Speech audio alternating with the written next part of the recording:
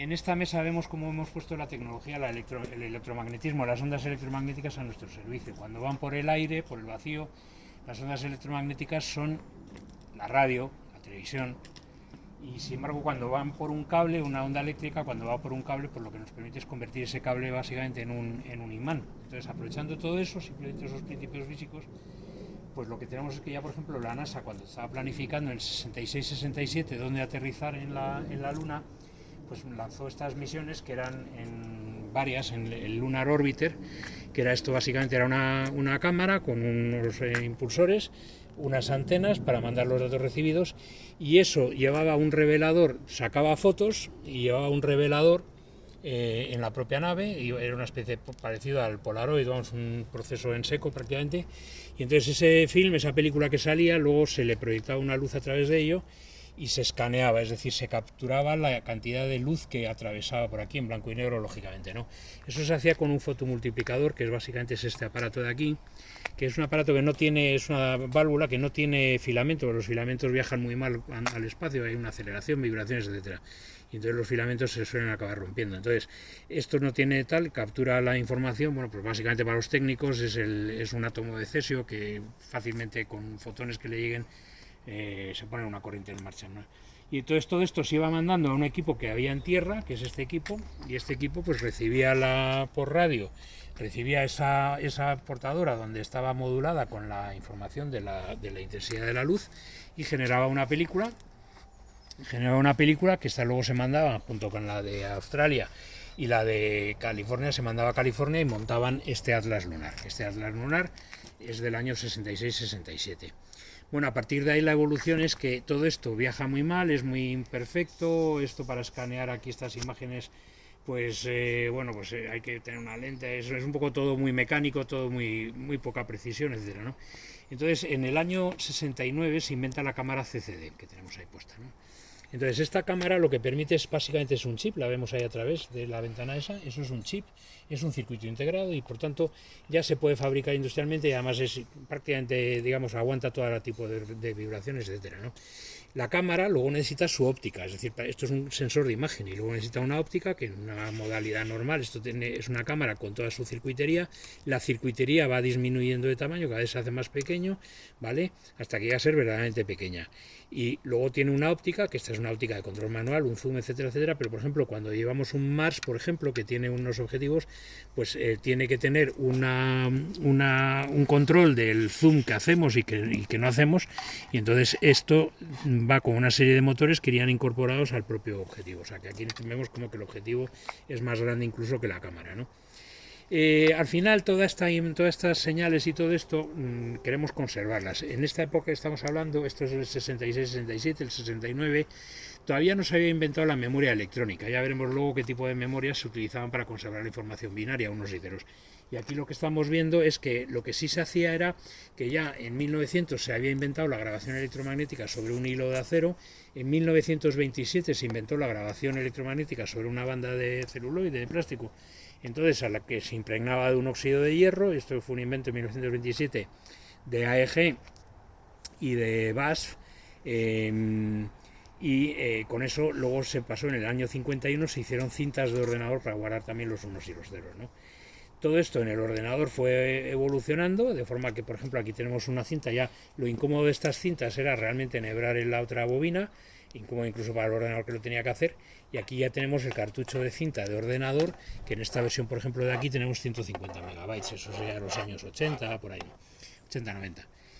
Luego esto evoluciona, por ejemplo, esta cinta que es de 150 megabytes, vamos haciendo ya un cartucho de una sola bobina que es de 250 megabytes, y aquí ya tenemos, sorpresa, un cartucho de 300 gigabytes. Estas cintas se siguen utilizando todavía para hacer los backups, las copias de seguridad de los sistemas informáticos. Pensemos que estos, si son 256 por 4, sería 1 giga, 256 megas por 4 sería 1 giga, y esto tiene 400 gigas, es decir, que estamos hablando de 800 en realidad, 800 gigas, 808 veces 4 son 3200. 3200 de estas caben aquí dentro.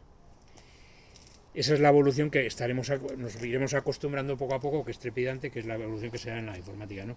En cuanto a la grabación, en el año 58 se empezó a utilizar estas cintas que son de 2 pulgadas de ancho, lo vemos ahí, de 2 pulgadas de ancho se empezaron a utilizar para grabar vídeo, ¿vale? Igual que se grababa audio en estas cintas, tal. Finalmente esto también se empezó a utilizar en los estudios de grabación, todas las cintas de los Beatles, cualquier cinta de estas, hasta hace muy poco realmente se han ido grabando en estas cintas que se llaman de 64 pistas. De esta cinta luego salió una versión ya, lo de nuevo, ponerlo en un cartucho para poderlo montar. Este es un cartucho U-matic que se utilizaba para este grabador. Este sistema de vídeo que salió en el año 76 permitía grabar en un aparato de estos que era enorme, más grande que una nevera. Sin embargo, esto era el primer grabador portátil de vídeo. Le llamaban de casete porque era una cajita que contenía las 2 cintas, la llena y la vacía. Pero ahí vamos viendo la evolución. Esto también era una cinta de vídeo de este estilo, pero de una cinta de vídeo, y ya vamos viendo la evolución, es decir, que luego de este tipo de aparatos se pasó a este tipo de cintas y finalmente a la que conocemos principalmente, que sería esa, ¿de acuerdo? Y luego lo que vemos aquí es la comparación tremenda que hay entre lo que es una cámara actual, por ejemplo, que graba en formato electrónico, en unas tarjetas de SD o lo que sea, y este tipo de grabadoras. Todo esto fue disminuyendo de tamaño hasta que ya llegamos a este tipo de grabador, y ya al final siempre lo que acabamos es todo acaba incorporado dentro de un ordenador, dentro de un teléfono portátil. Y luego, como las ondas electromagnéticas, la cámara, ahora justo hace 1000 años, la cámara oscura la inventó Alhazen, que consistía en que se invertían los sentidos de la luz, se invertían al pasar por un agujerito. Entonces con eso es posible reflejar la parte de arriba del tronco del árbol, pues de la copa del árbol en la parte de abajo, y en la parte de la raíz pues en la parte de arriba del CCD. Entonces Alhazen en 1021 inventó la cámara oscura, pero luego, luego ya se fue perfeccionando hasta 1820 o 1840, que ya se consigue esa imagen que entraba y se veía invertida en el interior de una cámara, de una caja. Pues esa imagen al final se consigue plasmar en una película, ¿no? Y de ahí se inicia la fotografía en 1820, 1839 más o menos. Entonces todo eso va dando lugar a la cámara que conocemos, de la antigua cámara analógica, y aquí vemos 3 o 4 hitos y un poco, si queremos, históricos, ¿no? Aquí esta es la cámara más analógica del mundo, porque es que ya no estamos hablando ni siquiera la Polaroid de una cámara con película, estamos hablando de una cámara hasta que imprime, hasta en papel. Bueno, sin embargo, lo que vemos aquí en lo translúcido, vemos que tiene sus circuitos integrados, es decir, que los circuitos integrados acaban llegando no solo, aunque no sea a lo que es la captación de la imagen, sí por lo menos al control de la cámara, ¿no? Ya en 1975 Kodak intentó hacer una cámara digital con un sensor CCD de estos que grababa en una casete, y luego ya en 1990 y algo se hace esta cámara, que es con el líder en cámaras Nikon, con el líder en películas Kodak, pues montan esta estructura, que es una cámara digital que luego va en el shuttle. Estas cámaras de fotos que capturan en 3D.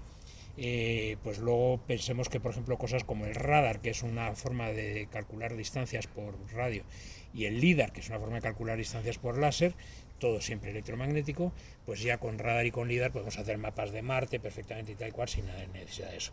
Y en medio de todo este proceso sale la cámara, la Mavica, que fijaros que guarda las imágenes en disquete, y esta cámara lo que tiene es que es una especie de tocador o grabador de casetes como estas. Lo que pasa es que esto, cuando lo poníamos en pause, se veía como una foto. Bueno, pues esto es básicamente, no es todavía fotografía digital, es fotografía analógica, es decir, es grabación analógica pero puesto en modo de pause. Y finalmente, pues bueno, vamos viendo ahí cómo la evolución, el soporte magnético va dando lugar a los disquetes y tal y cual. Y esto es un poco como hemos dominado, por decirlo de alguna forma, lo que es la tecnología electromagnética para almacenar información, capturar la luz, hacer planos, hacer mapas, hacer una serie de cosas, ¿no?